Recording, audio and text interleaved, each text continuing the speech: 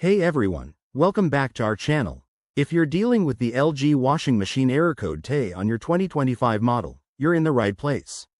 This error can be frustrating, but don't worry, I'll walk you through what it means, why it happens, and how to fix it step by step.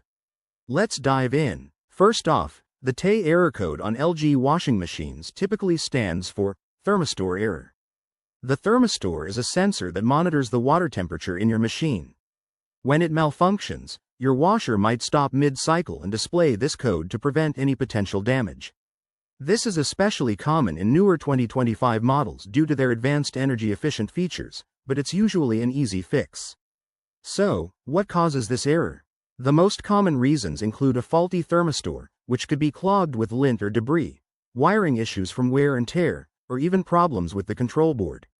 Sometimes, it's as simple as an incorrect water temperature setting or a power surge that tripped the sensor. Now, let's talk troubleshooting. Start by unplugging your washing machine and waiting about 5 minutes before plugging it back in. This can reset the system and clear temporary glitches. Next, check the inlet hoses for any kinks or blockages that might affect water flow and temperature. If you're comfortable, open the machine's panel and inspect the thermistor for visible damage, like corrosion or loose connections. Remember to always turn off the power first for safety. If these steps don't work, you might need to clean the thermistor or replace it. LG provides detailed guides in their user manuals or on their website, so grab yours and follow along. For most 2025 models, replacement parts are readily available online or from authorized dealers.